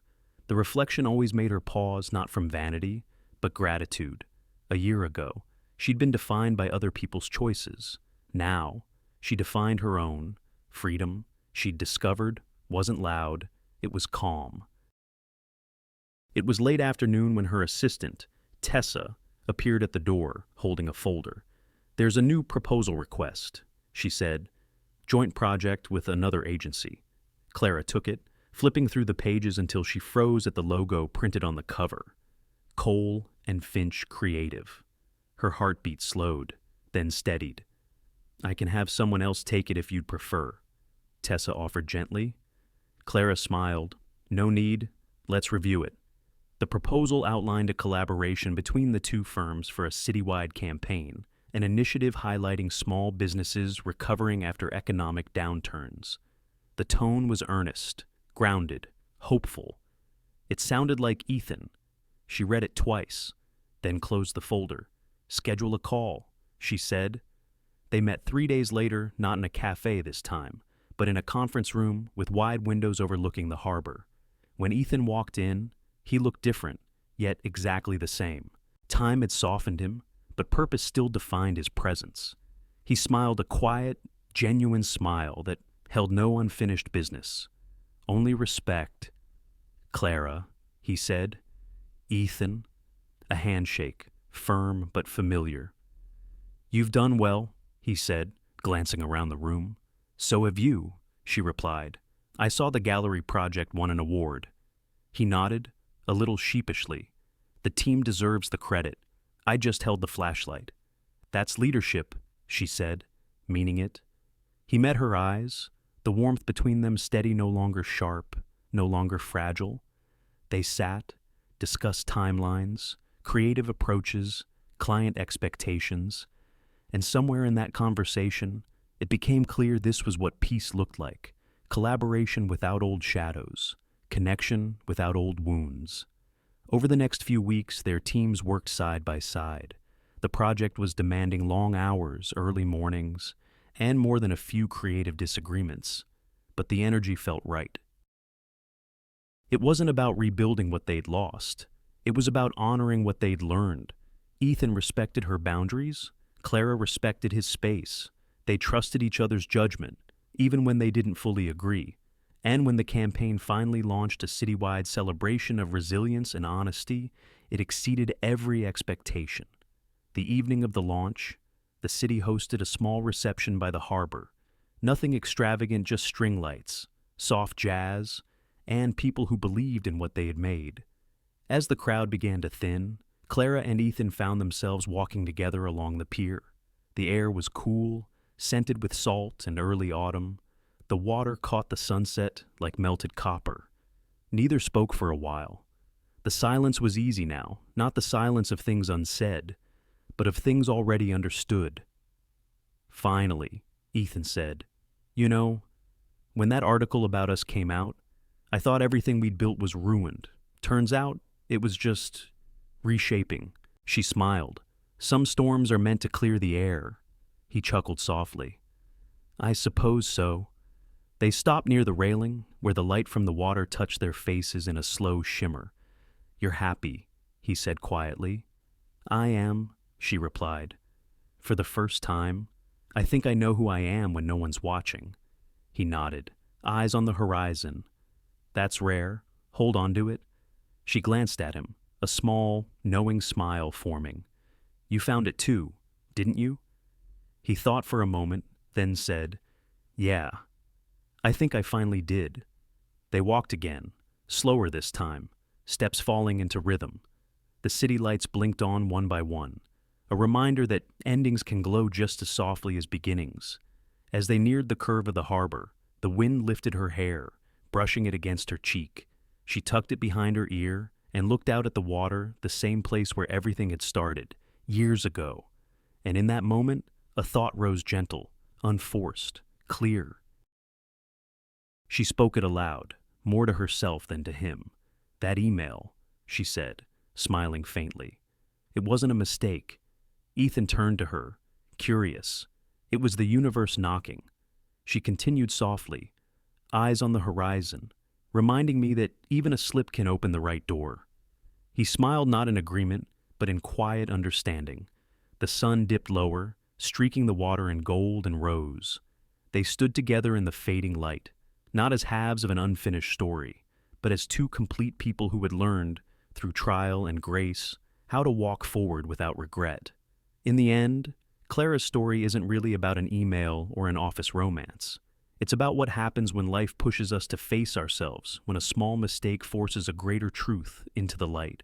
For many of us, especially as the years pass, it's easy to live carefully, to hide behind what feels safe and predictable. But growth rarely happens in safety. It happens in the stumbles, in the moments that strip away control and remind us who we still have the power to become. Clara learned that honesty, even when it hurts, is a kind of freedom, and that courage isn't loud, it's quiet, steady, and born from integrity. So, if you've ever made a mistake that changed your path, don't rush to regret it. Maybe it wasn't failure at all. Maybe it was grace in disguise, the universe's gentle way of reminding you that even a wrong turn can lead you home. Thank you for spending this time with us, for listening, for feeling, and for believing in stories that remind us how deeply human we all are. If Clara's journey touched your heart, please take a moment to like, share, and subscribe to our channel. Your support helps us bring more stories of courage, kindness, and second chances to life. And remember, sometimes, even the smallest story can change the way we see our own. Until next time, keep your heart open and your light shining.